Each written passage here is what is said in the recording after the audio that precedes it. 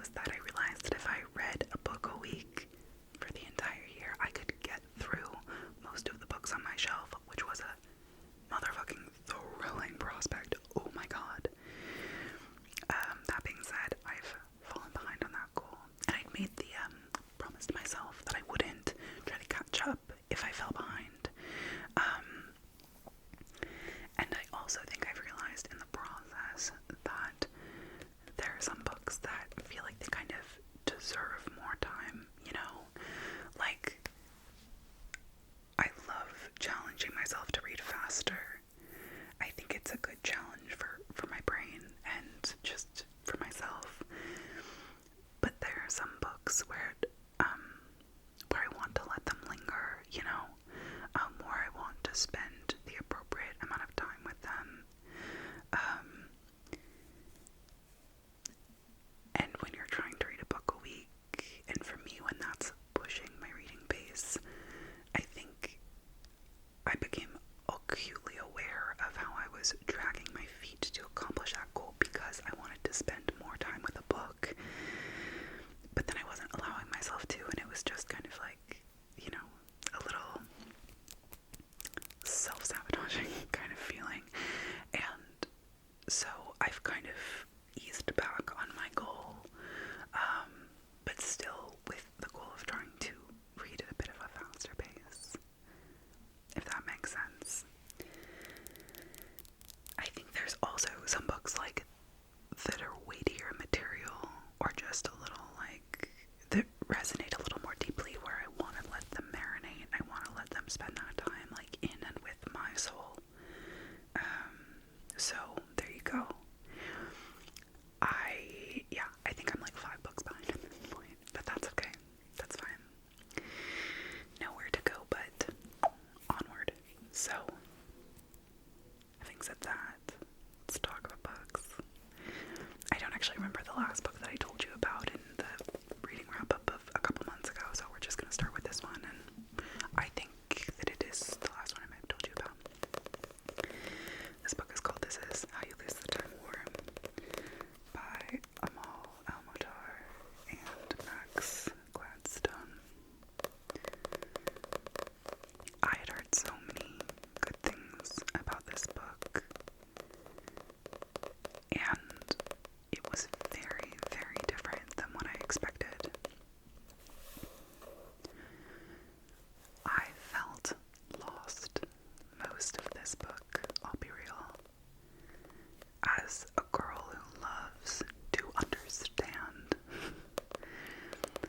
who gets a little disarmed by when you're kind of plopped into the middle of a story and you have to figure out like who things are and what's going on, this book was a bit of a challenge, honestly, in that regard. But I think that by the end, I was so invested in the story. The story is told in letters between Red and Blue. They are 2 secret agents, I believe. And there's a war going on, and they're on opposite sides. But the war is like like spans space and time, and so they're often different characters in different places, but it's Red and Blue, the characters. But they're, you know, at one point they're like a monk, and at one point they're like a certain character, and it at first I was like, are these all different characters that we're meeting? It was a bit confusing to me.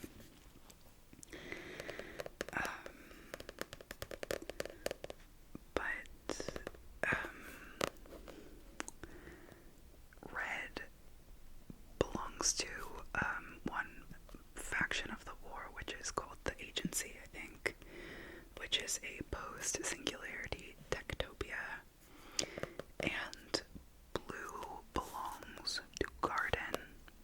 Garden is like a vast, encompassing consciousness, and I didn't understand really like what a post-singularity techtopia is, I still couldn't really tell you, but red seems to kind of work for, like, technology, and, like, I think that's the most basic way to say it, is the agency is kind of the gears of technology, and the garden is the, like, energy that flows through every living thing, right? That's what garden is, and so, it's fascinating, because they are agents for each of those, like, for each of those factions, and they're at war, but then they're also in love, and it's beautiful, in the way that I think I struggled to understand it for much of the book, and it's very, very beautiful. I also listened to the audiobook, which is on Spotify, I think. Maybe I got it from the library. But the audiobook was also lovely. But yeah, they're writing letters to each other and basically kind of like chasing each other throughout space and time. And at first it's like because they're enemies. But then it's like enemies to lovers in the most convoluted way. You know, like in their differences, they start to find their commonalities. And it's a really lovely book. I can't remember exactly all of what happens in the book, or I would give you more detail, but I think it's not really about that. It's a really, really beautiful, really, really beautiful story.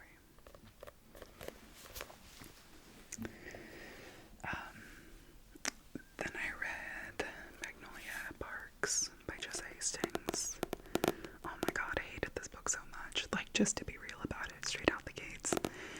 And I only hated it because something about the way that it's written took me so long to read. Like, the subject matter of this is so vapid, which is fun, don't get me wrong. Like, I'm not here to be a hater. I say as I say that I hate this book, whatever. I think it's really fun to read, like, fluffy books, right? Romance novels and fun fantasy, right? Like, those books are so wonderful to read, and I used to be so judgmental about it, and that's not really how I feel anymore. That being said, something about the way this book is written makes it just take so fucking long to read.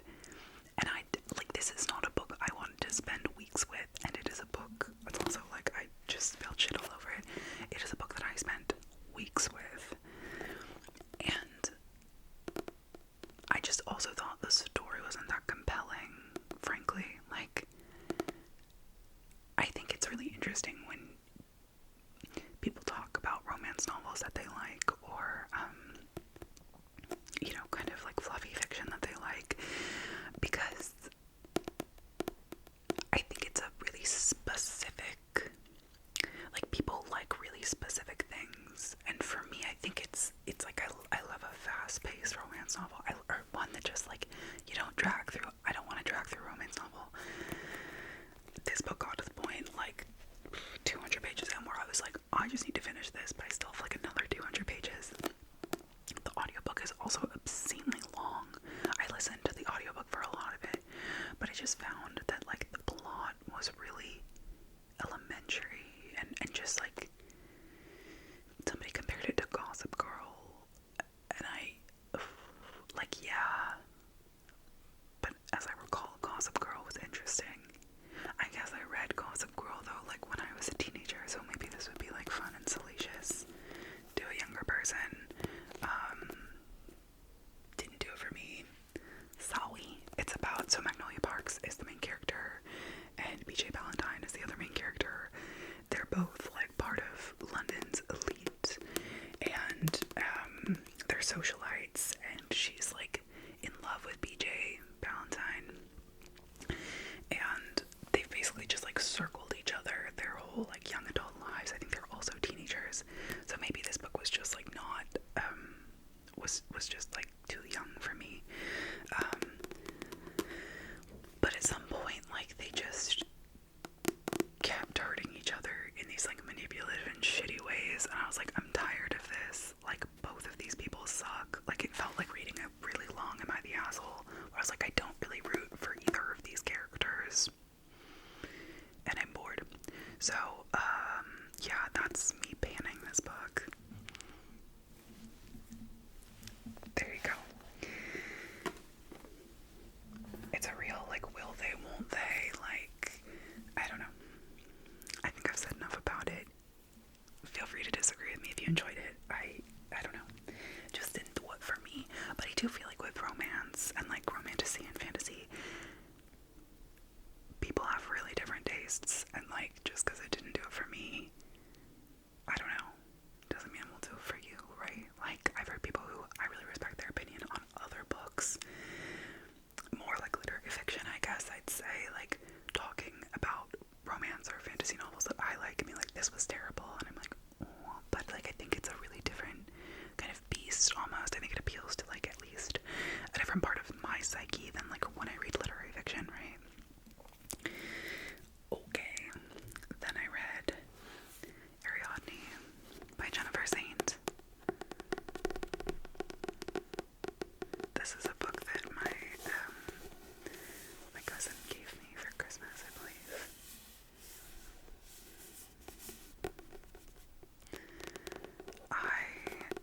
I think I enjoyed this book. It's funny trying to, like, remember back to, like, how I felt about a book, but I do think it, like, my opinions have, like, seasoned a little bit at this point, and probably my smaller gripes or smaller, kind of more superficial, like, wow, I loved this part of it, or have, like, sunken in, you know, and now I just have a kind of more broad stroke view, you know. So this is about Ariadne, the Princess of Crete. She's the sister of the Minotaur, and she grows up with King Minos as her father in the castle, I guess, in the palace.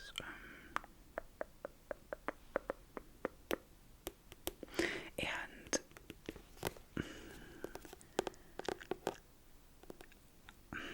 how did I feel about this book? I enjoyed it. I mean, I love Greek mythology retellings.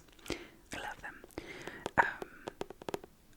When I read Circe by Madeline Miller, changed my motherfucking life. I mean, not really, but it reintroduced me to the fun that reading can bring as an adult. And I loved it. And I kind of wanted to feel the same way about this book. And I felt okay about it. It's definitely entertaining. There's some beautiful imagery.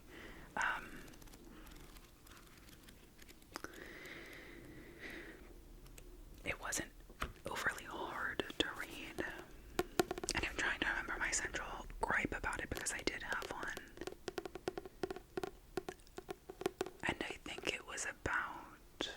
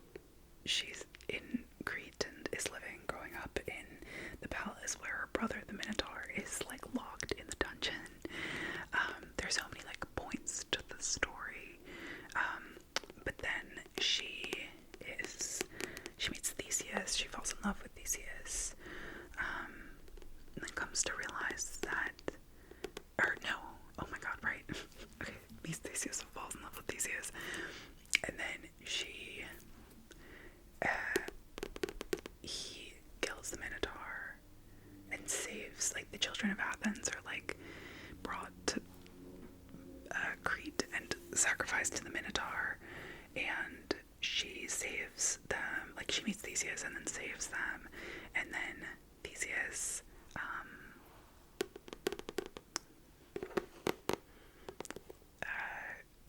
abandons her on the island of Naxos when she's thinking that she's going to be sailing home with him to like become his wife. And then she lives on the island of Naxos for a long time, and she like is kind of the keeper of Naxos, which is cool because as a young person I went to Naxos with my family. I was like, oh, I know that place. And there's lots of lore that's like interwoven. I feel like trying to retell the story to you is like not super important, but there are many twists and turns. It's a very good book.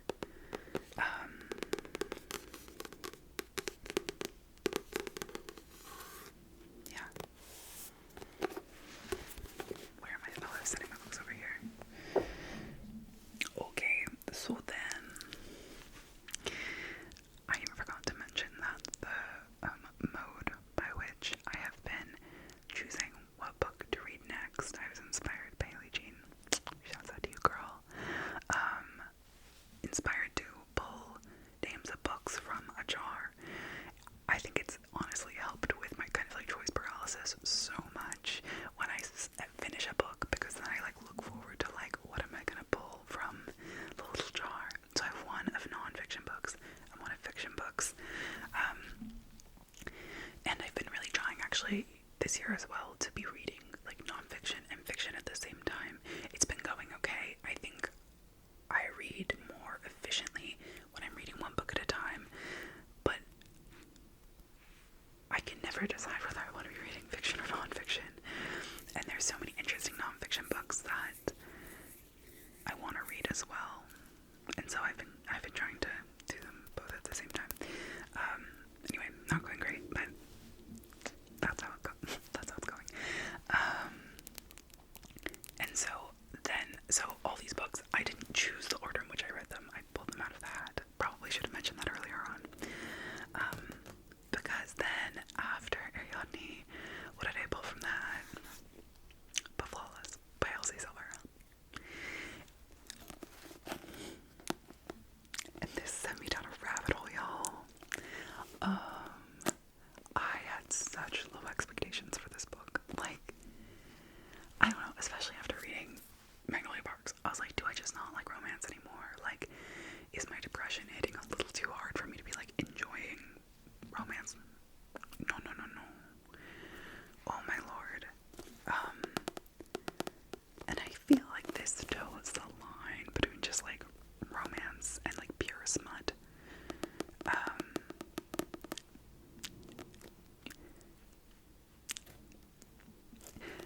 Okay, so y'all know that I read Credence and I was like, whoa, didn't know they could write this, like, yikes.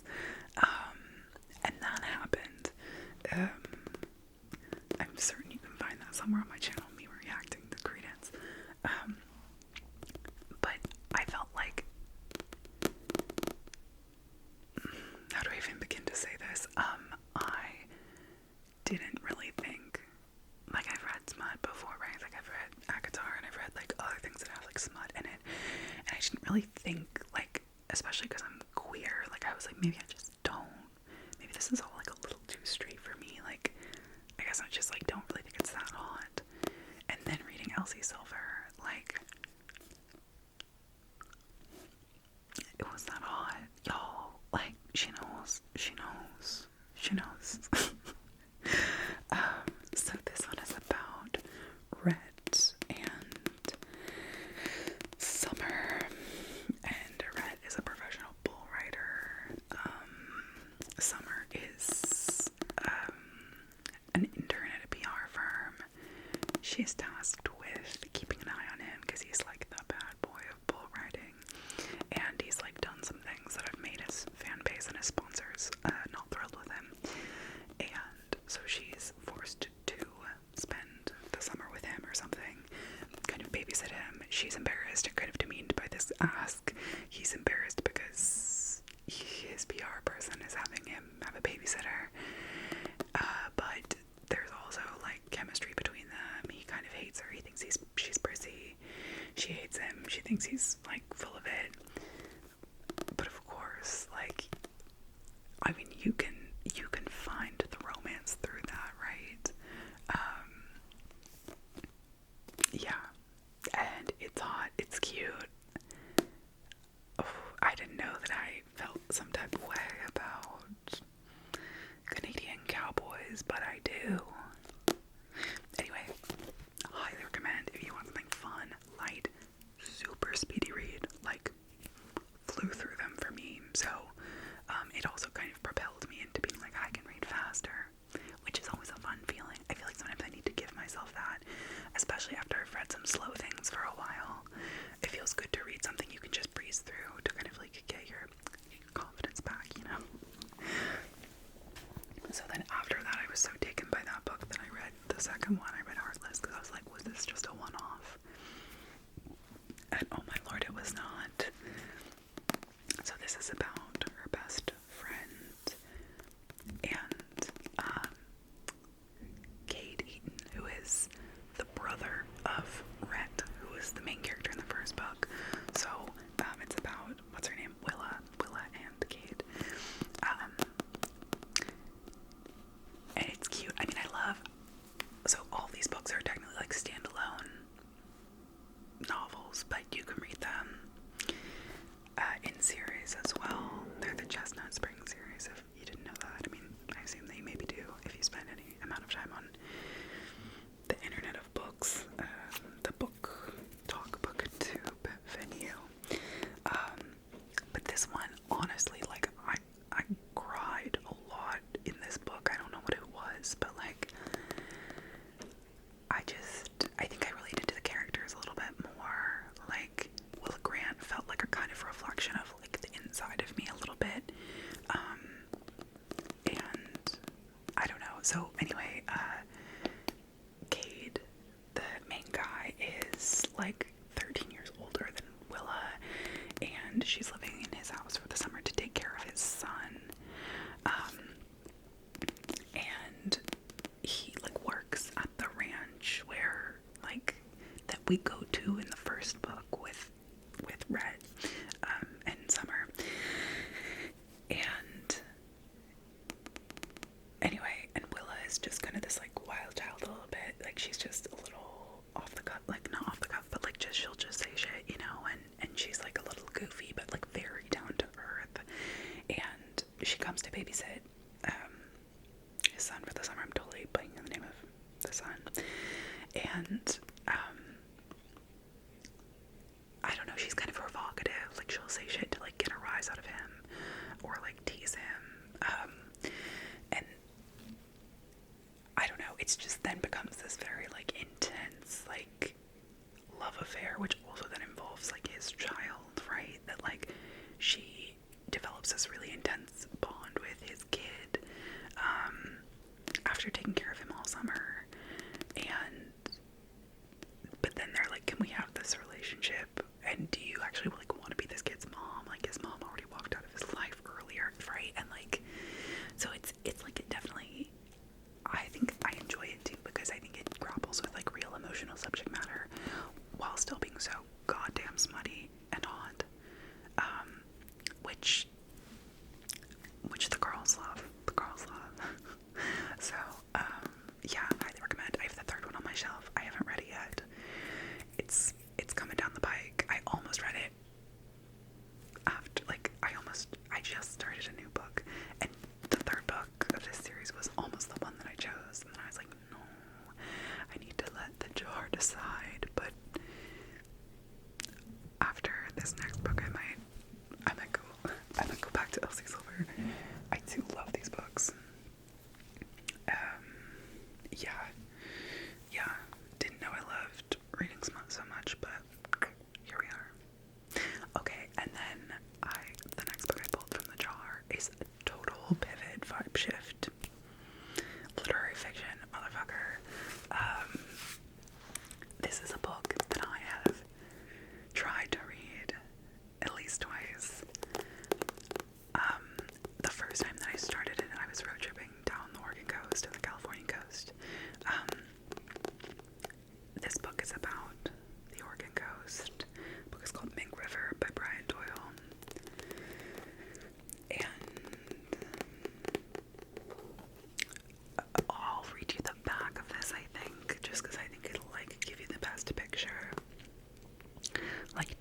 Thomas's Under Milkwood and Sherwood Anderson's Winesburg, Ohio, Brian Doyle's stunning fiction debut brings a town to life through the jumbled lives and braided stories of its people. In a distinctive and lyrical voice, Doyle tells the town in all of its humanness and oddity and beauty. There are love affairs and almost love affairs, brawls and boats, Irish immigrants and Salish stories, mud and laughter. There's a Department of Public Works that gives haircuts and counts insects, a policeman addicted to Puccini, beer, and berries, and a philosophizing crow. Readers will close the book more than a little sad to leave the village of Neowanica on the wet coast of Oregon beneath the hills that used to boast the biggest trees in the history of the world. My godmother gave me this book right before I actually went on my road trip down through the Pacific Northwest coast, and I love it so much. I was a huge fan. I read Winesburg, Ohio in high school, and I was a huge fan of that. I loved it. I loved it, loved it, loved it. It was the first book I read for school, actually, that I loved, you know, like kind of older fiction, I guess, that I loved. And oh, this book is so lovely. It's so human, and it really, I do agree, like, tells the community, you know, tells the story of the community. It captures the, like, beating heart of a community of people who are also different, but also similar, and, you know, all experiencing their lives at once. There's so much humanity in this book, and it's so lyrical. I was listening to the audiobook for the second half of this book. Excellent, excellent. It's on Spotify as well. And I feel like this is not like a common or popular book, but I would highly recommend it if you are from the Pacific Northwest. If you kind of like stories about a town, like there's not a lot that happens in this book, in the sense that I couldn't say like, here, this happens and this happens and this happens, because it's more of like a portrait of the kind of like ecosystem of this community. There's an excellent crow, a character named Moses, who's a crow, and you follow maybe 10 or 12 people who live in the town throughout their like lives, and you hear kind of the older stories of their lives, like their pasts, but also the present. It kind of revolves around the Department of Public Works, which is run by two old men named Worried Man and Cedar. And they are kind of the like central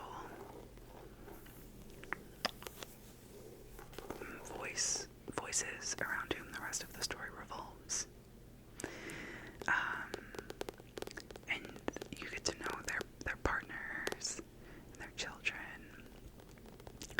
well, and it's really beautiful.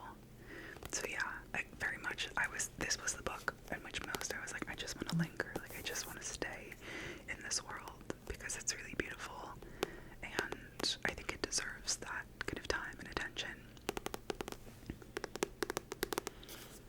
So I would highly recommend this book. It's kind of like a deep cut recommendation, but it's really, really lovely.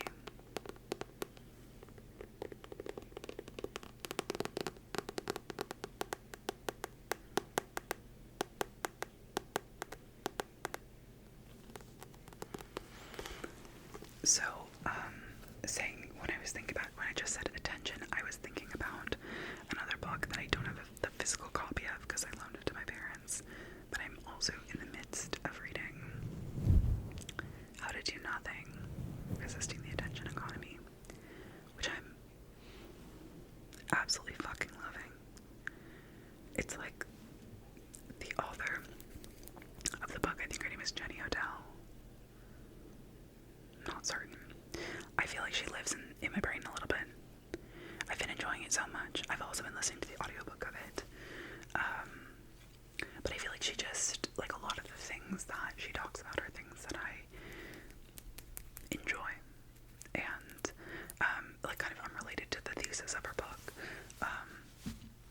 which is kind of about the ways in which we direct our attention.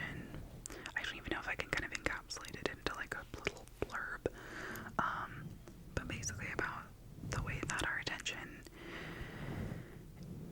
is the most precious thing that we have. And there are so many forces in the world today that desire to capture our attention, to snatch our attention away from, the meaningful work of our lives, and direct that in nefarious ways, I guess. That's such a broad, overarching statement. I haven't finished the book by any means, but yeah, she's delved into all sorts of things. I mean, some of them having to do with like what you kind of expect, right, with like social media and like our phones and algorithms and things like that. But she also talks about music and art and, I don't know, ways we can kind of hone our attention. And I've really been enjoying it, but it's been a slow one for me. I've been moving through it slowly. Another book that I've been reading slowly has been Upstream by Mary Oliver. This is a collection of selected essays. It's really lovely. This was a really delightful book to receive. I got it in the mail from one of my dear friends from college, and she inscribed it, and it made me cry. Anyway, it's a really, really wonderful book, and I just find myself kind of picking it up like a religious text, and like flipping to a part of it and reading it.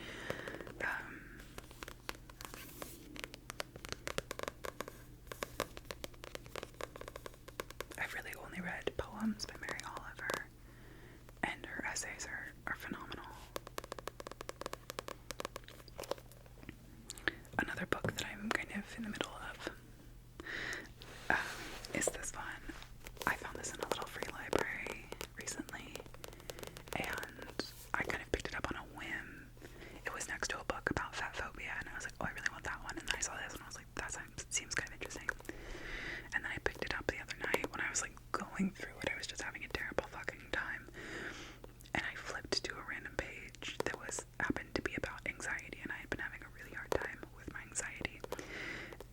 And I started reading it, and it just made me feel so seen and warm and like held.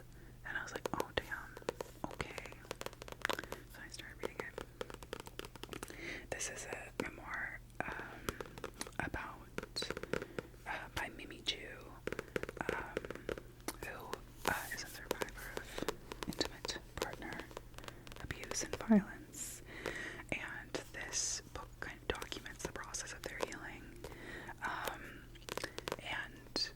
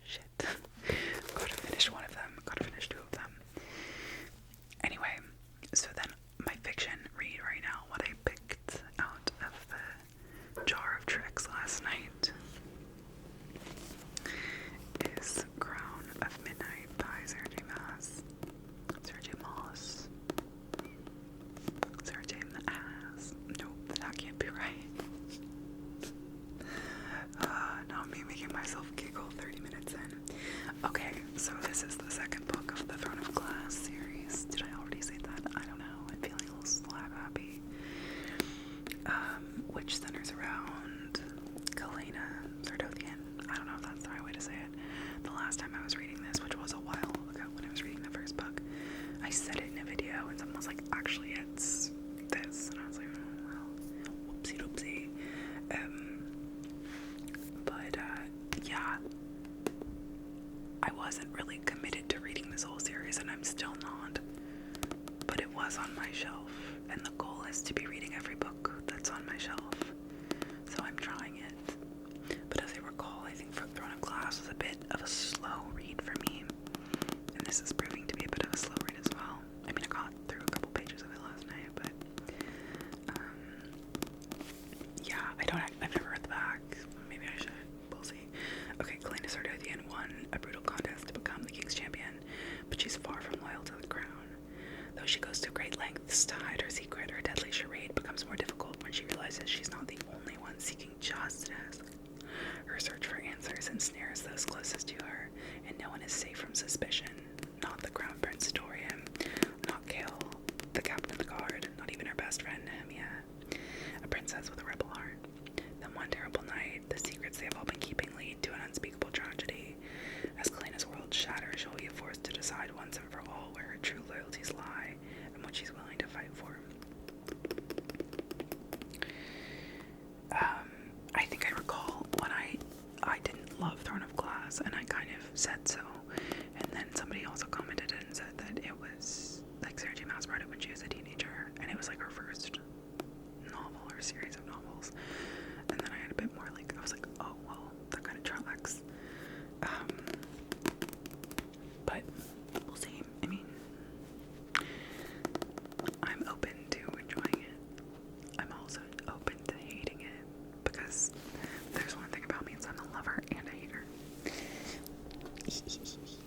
Okay, oh, I completely forgot about 4 books that I read, but it's a series, so I'll just tell you about it. I also don't have the physical copies of them, because I returned to the library, but I read the Heartstopper series. It's a graphic novel about,